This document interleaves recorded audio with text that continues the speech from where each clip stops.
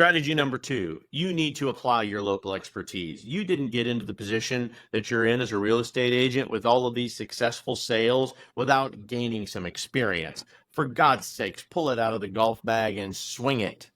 You need to know your local community better than anybody, especially Zillow.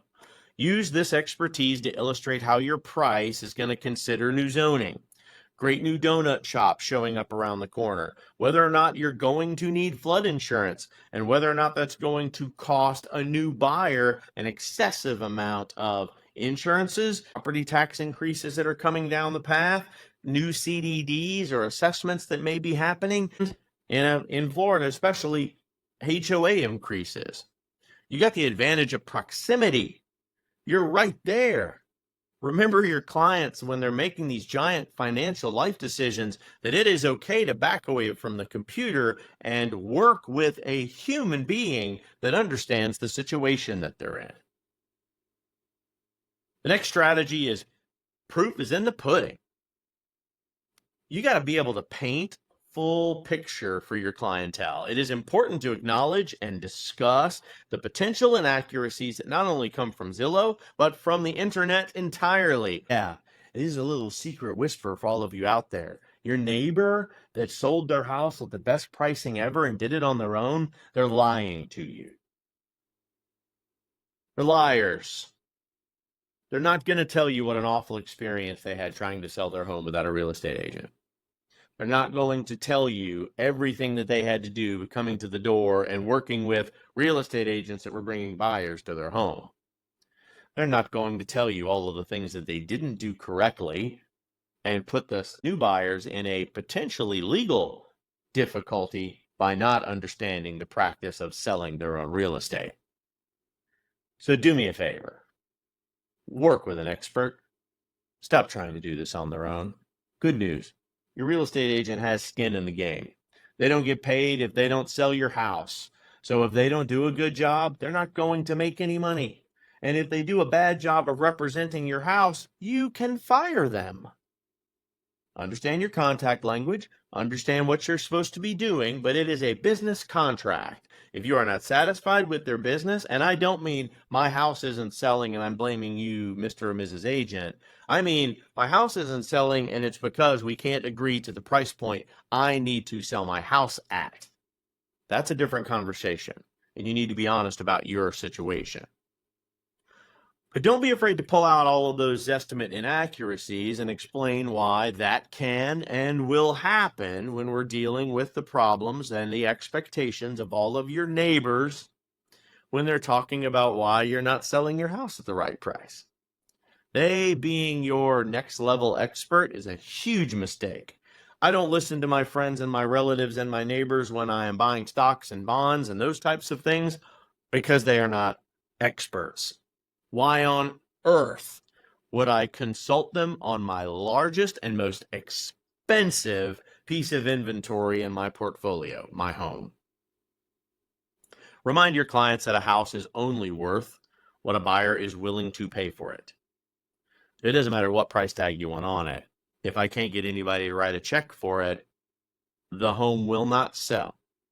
And the house will not sell because more than likely it was not accurately reflecting what someone was willing to pay in the current market. Next big strategy is practice, practice, practice. Feeling comfortable with having those difficult conversations with your clients comes with time and effort and experience and having these talks. If you're unsure how you're going to approach the discussion about the Zestimate, ask me for a script, email me, hit me in the comments down below. I've got some good ones that have been very effective, but ultimately they wrap around my CMA and the confidence I have in a CMA, my in-depth research in the local area, my current market trends, my personal sales in this particular neighborhood or community that you are buying and selling in. I know it's hard to hear that their home may not be this big online golden goose, but it's important for us to be able to review that paperwork together and leave it behind with them to digest. How will the Zestimate be helpful for you? Pretty simple. There's a lot of reasons that real estate agents don't like battling the Zestimate, but it's because they haven't learned how to use it as a beneficial tool. It's there for you too. And if you're telling me that you haven't looked at your property on Zillow, I know you're lying. So don't just trust your local MLS. You need to see what the public sees. Hit all of the major websites. Make sure that they are all accurately reflecting the information that you posted in the MLS. And there's a bunch of websites out there that don't syndicate that if you've got a higher price or a luxury listing, for example, you need to be advertising your home separately on those sites too. Those aren't using the Zillow information algorithm. If you are dealing specifically on a waterfront property, on a golf property, please note there are specific websites designed that's what that type of homeowner wants to buy. Those are the sites that they are on too. They're using Zillow as a supplementary set of information, but that's where they're going first. So make sure you're putting everything in the right places. Remember that Zestimate and Zillow is a good conversation starter. Hit the gate running with it. Just ask them, hey, did you look at your house on Zillow before you and I had a listing conversation? Or better, did you look at the house on Zillow before you and I are going to look at it? What pictures did you like? What pictures did you not like? What information inside of the sales paragraph? Try not to laugh out loud, agents. What information inside the selling sales paragraph did you not like or did you like before we go out to the house? You can also leverage Zestimate to show your expertise by further diving into the details of your CMA that Zestimate has no idea about. How about telling them some information that Zestimate didn't have? That shows your value as an expert. You added value by having access to information that their internet searches didn't. This will also open doors to new business. I'm telling you, if you have an honest conversation about what the client already knows and then couple it with what you know that they don't, they're going to be quick to be that neighborhood advisor to tell everybody, hey, you don't necessarily have to work with my agent, but if you haven't sat in the room with Alex or with one of the Keystone agents, you're making a mistake. They get it. They know the market, they know the strategy, and they're treating us as an investor who needs to sell an investment.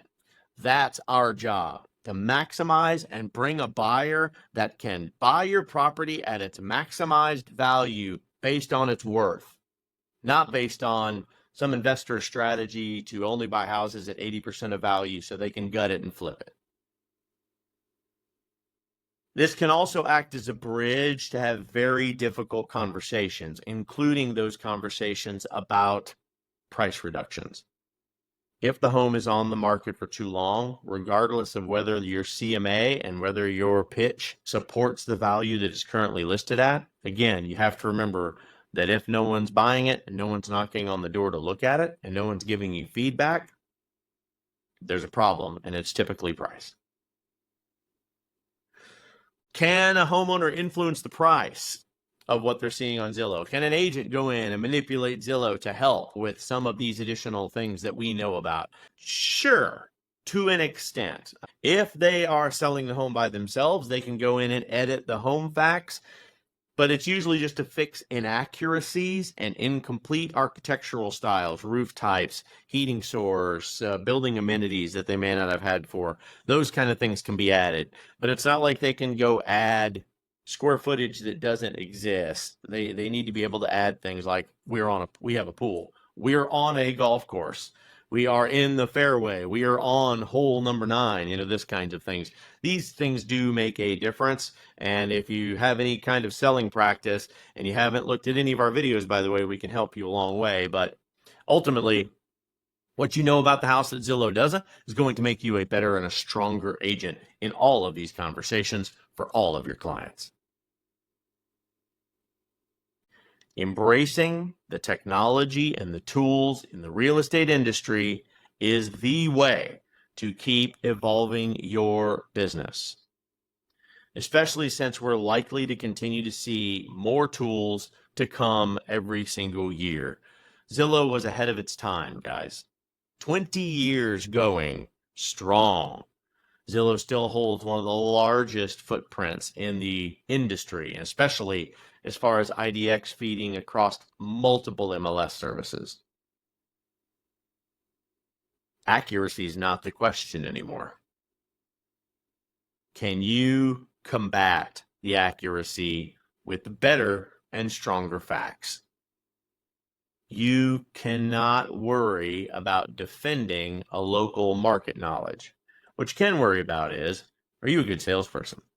Can you actually get in there and preach fact and show how fact affects the cost of putting a home for sale, or how we should be properly bidding on a home that is for sale that we want to buy?